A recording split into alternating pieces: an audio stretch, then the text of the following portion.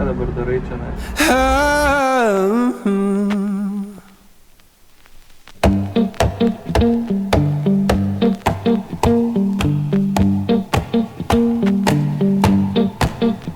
Well, I saddled up my shoes, headed out at dawn.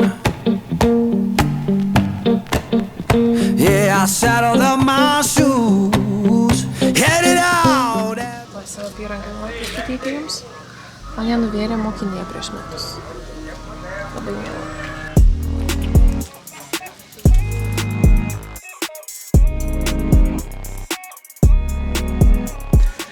Tai Big Buda yra 45 metrų aukščio, padengta baltų marmuru. Viduje taip pat yra ir šventykla, tai dėl to reikia einant į ją prisidengti būtinai pečius ir kelius, kaip ir bet kurią šventyklą. Tai prilygtų 15 aukštų pastatui. 24 metais jinai buvo uždaryta, nuošliaužė, sužalojo žmonės ir ją reikėjo renovuoti, bet šiais metais jau jinai vėl atidaryta ir priima turistus pilnai. Po didžiosios Budos statula yra užėjimas į vidų, tik čia yra niekas neįrengta. Ir čia gyvena šikšnosparniai, tai mes iš čia išeiname.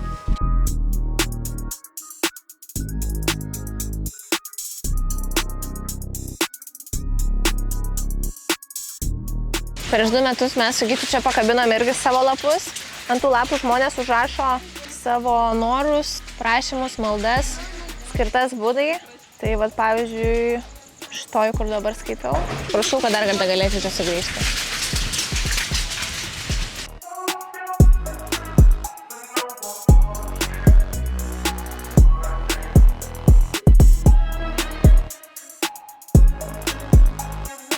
Patekti ant Budos kalno yra 2 būdai. Vienas būdas yra važiuoti taksi, autobusu, motoroleriu arba užlipti. Daug kas renkasi lipimą, kartais netgi bėgimą.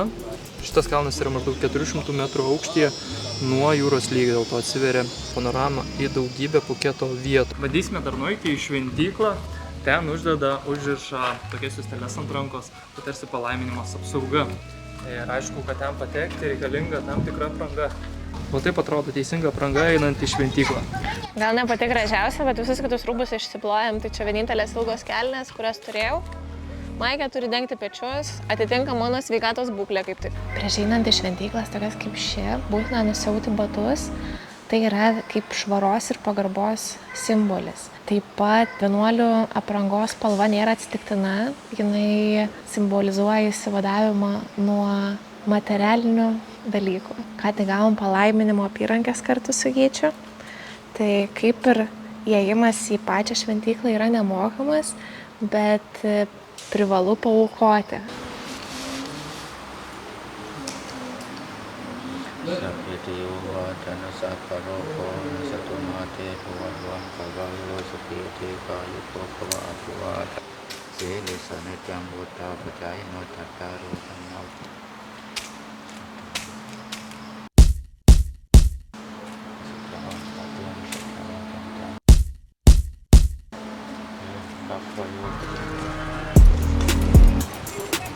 Būnant šventykloje negalima atsukti pėdų į Budą, tai yra nepagarbos ženklas. Pėdos laikomos nešvaros simboliu, todėl jos negali būti atsuktos tiesiogiai į Budą.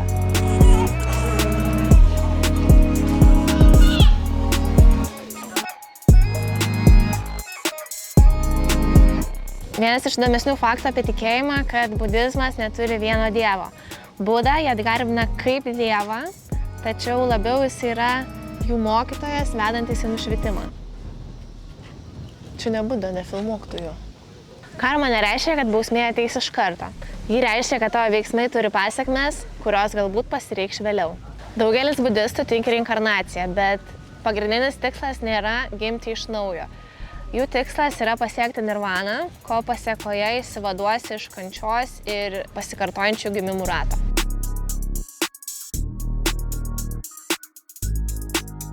Skulptūrose atvaizduojama skirtinga Budos rankų delnų padėtis.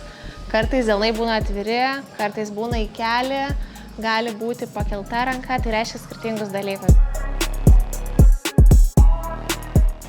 Kaip, nepavargo dar? Važiuojam toliau. Nežinau. It was at this moment that he knew. He fucked up.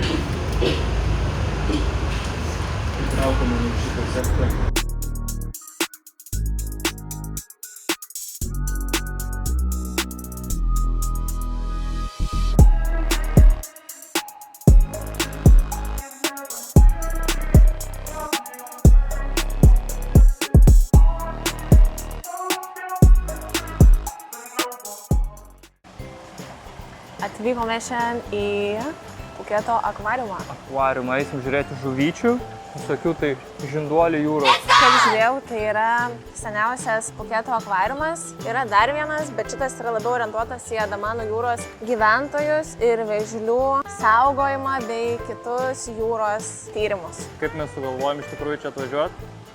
5 minutės Google Maps'u ir mes jau čia. Neturėjom ką veikti.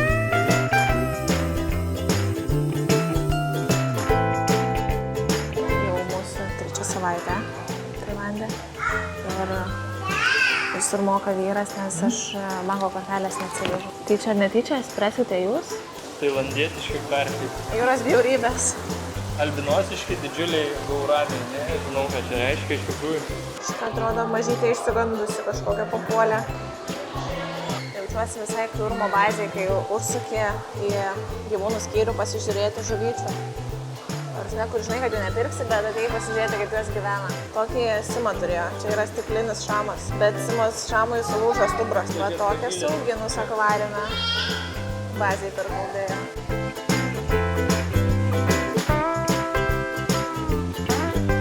Vis tikėjau sutikti Megamindo čia.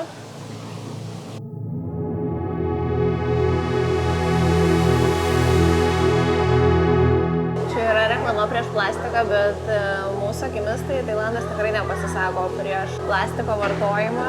Viską parduotuvėse pakuoja į plastikinius maišelius, nori ar nenori. Visur šiaudeliai, plastmasiniai. Rašo, kad plastikas lydi vėžlius visose gyvenimo etapuose. Kad patektų į jūrą, plaukia kartu su juo, yra suklaidinami, nes pamano, kad tai yra jellyfish, vienas su pagrindiniu maistu. Ir kartais miršta įsivėlę į plastiką. Pagal atliktą mokslinį tyrimą, gydytojas ką tik nustatė, kad vandens butelis nyksta 450 metų. Amžinai čia, ne? Jo, infinity. Neišnyksta šitos plastikinės pakuotės ir stikliniai buteliai. Tai čia matote Sera Lancelotą. Žodžiu, pavadinimas jo yra latiniškas Lancelotus.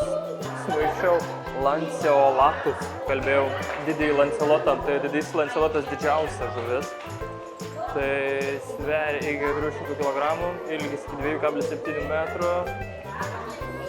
O daugiau labai sudėtinga čia tailandiečiškai išskaityti, dar ne visus žodžius moku, tai paliksiu, kas norės sustabdys pasiskaityti. Kada į paplūdimį varysim, blemba? Šalta ten tam akvariume.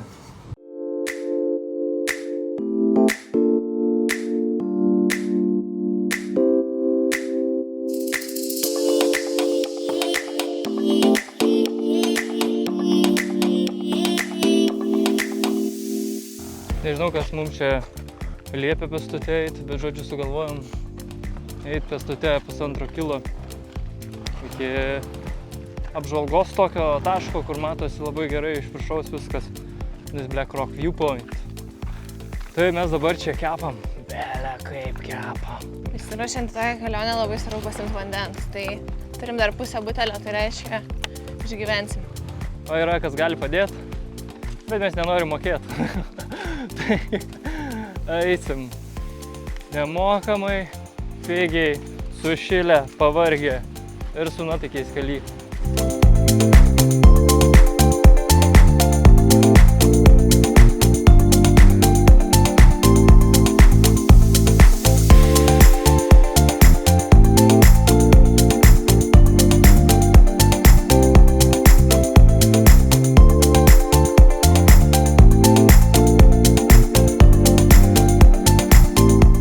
Įdomus dalykas, vis karts nuo karto prie medžių pastebim tokius dalykus, kur renka sulą.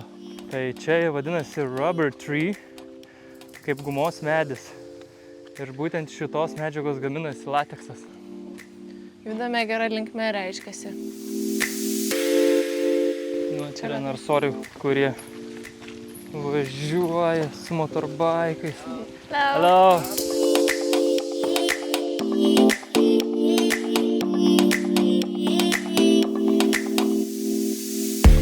Two minutes? Okay. Žodžiu, sukamės atgal, lipam į tą kalną. Biškį nukreivavom į šonus. Tai nepadėkos, kaip sakant, žmon, kad ne ten nuvedžiau.